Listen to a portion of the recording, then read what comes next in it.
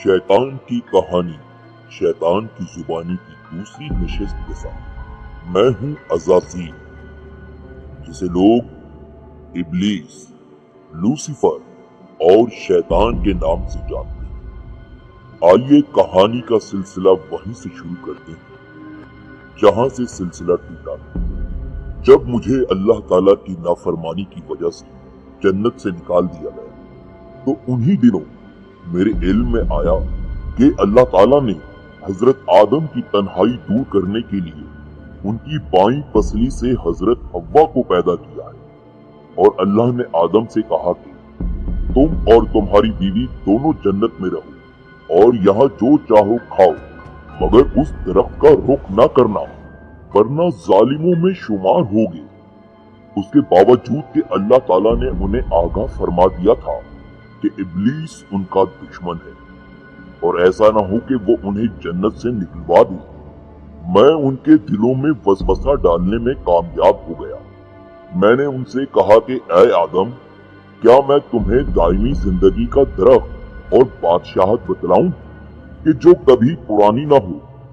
फिर उन दोनों ने उस दरख्त से खाया, तब उनके सतर खुल गए और अपने ऊपर जन्नत के पत्ते चपकाने लगे।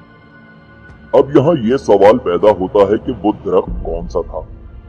किसी ने गंदम का दरख्त कहा है, कोई अंगूर का बतलाता है, तो किसी ने जैतून और खजूर की तरफ इशारा किया है। लेकिन अल्लाह अज़्वजल ने उस दरख्त का नाम पोशीदा रखा कि अगर उसके जिक्र में कोई मसलिहत या फायदा होता तो नाम जरूर बता दिया जाता।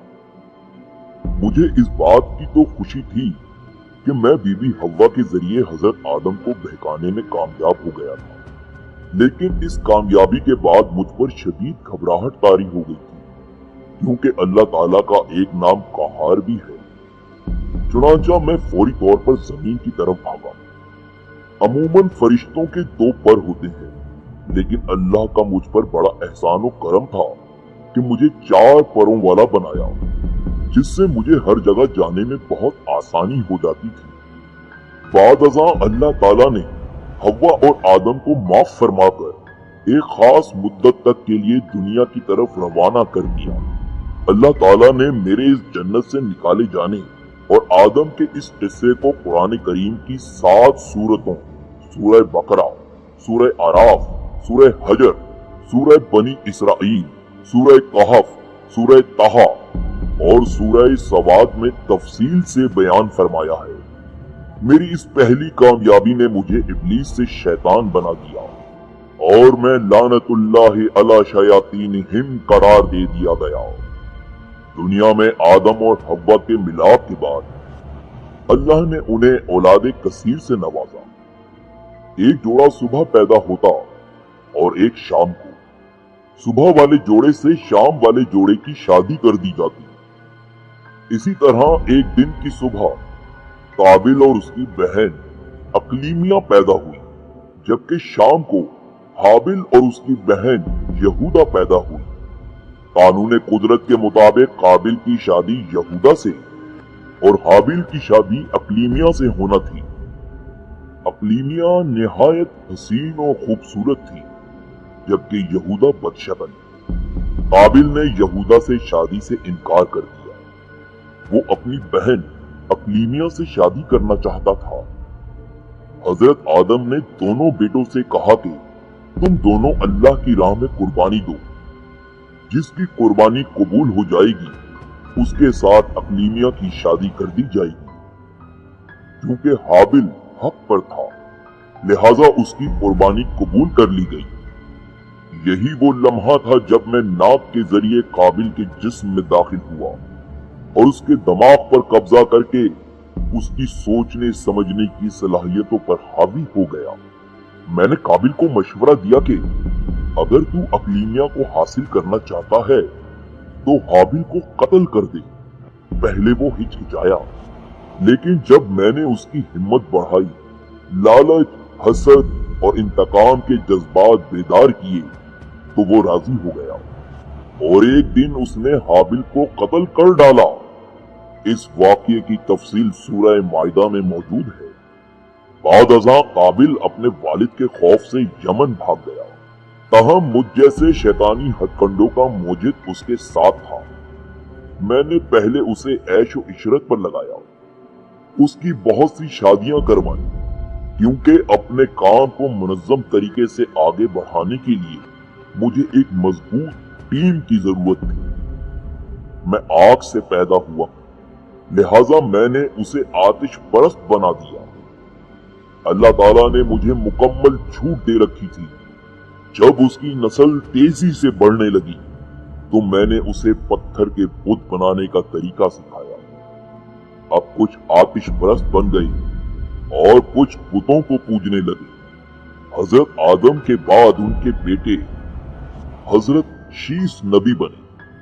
उनके बाद हजरत इदरीस आए, लेकिन मेरा काम जोर शोर से जारी रहा।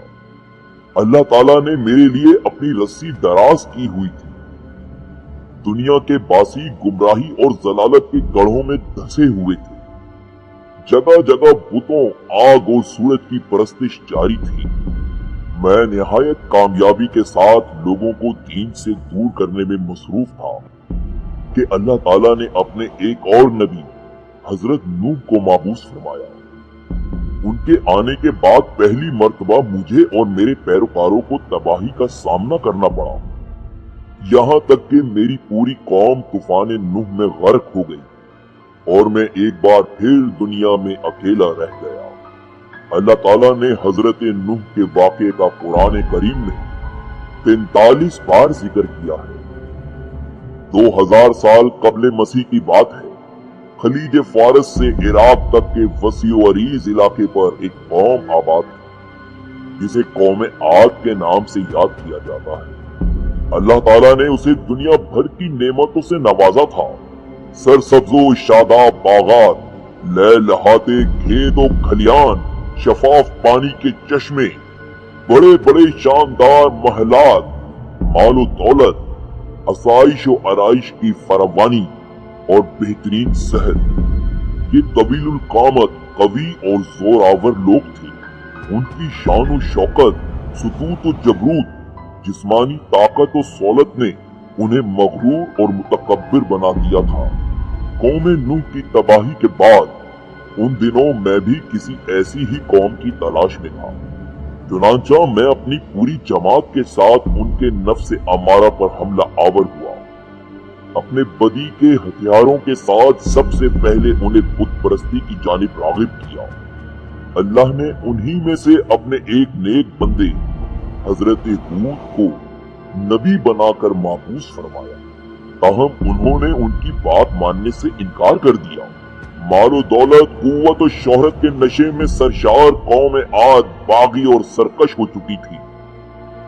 ये लोग बदी की राहों में इस कदर आगे बढ़ चुके थे कि अब उनकी वापसी नामुमकिन थी। अल्लाह ताला ने पहले उन पर हल्का अजाब नाजिल फरमाया। उन्हें 3 साल के लिए बारिश से महरूम कर दिया। उनके बागात और खेत खलियान सहरा में तब्दील हो गए। लेकिन उनकी रौनक ने उन्हें हजरत हूद की बात ना मानने दी। फिर अल्लाह ने 8 दिन और 7 रातों तक शदीद किस्म की आंधी का अजाब मुसल्लत कर दिया।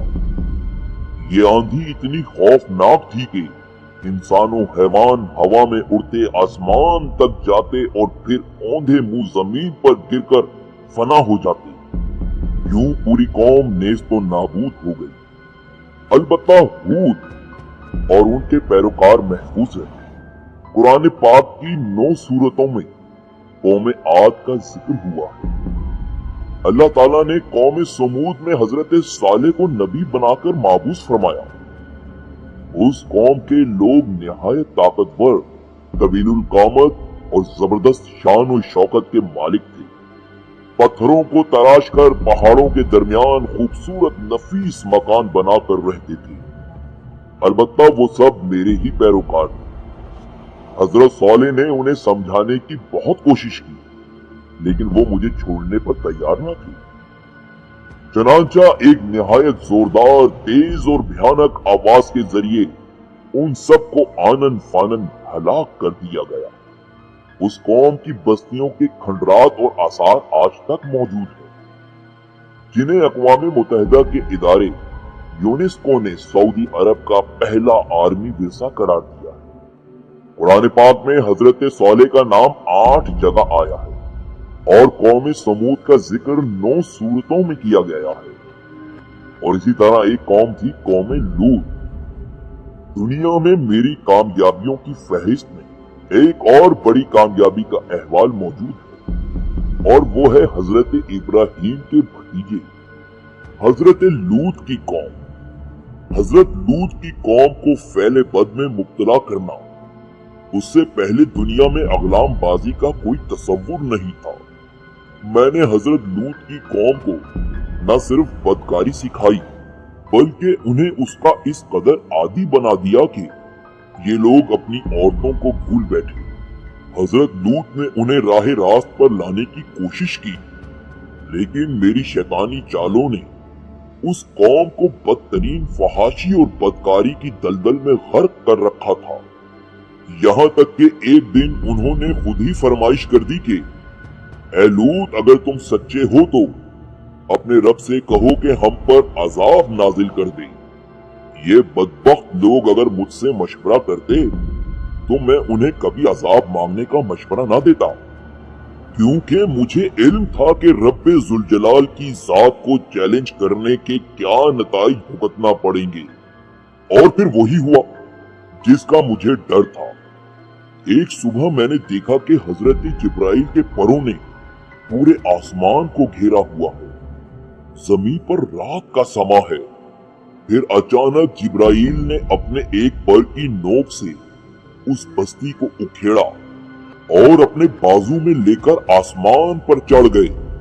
हत्ता कि आसमान वालों ने उनके कुत्तों के भौंकने और मुर्गों के बोलने की आवाजें सुनी।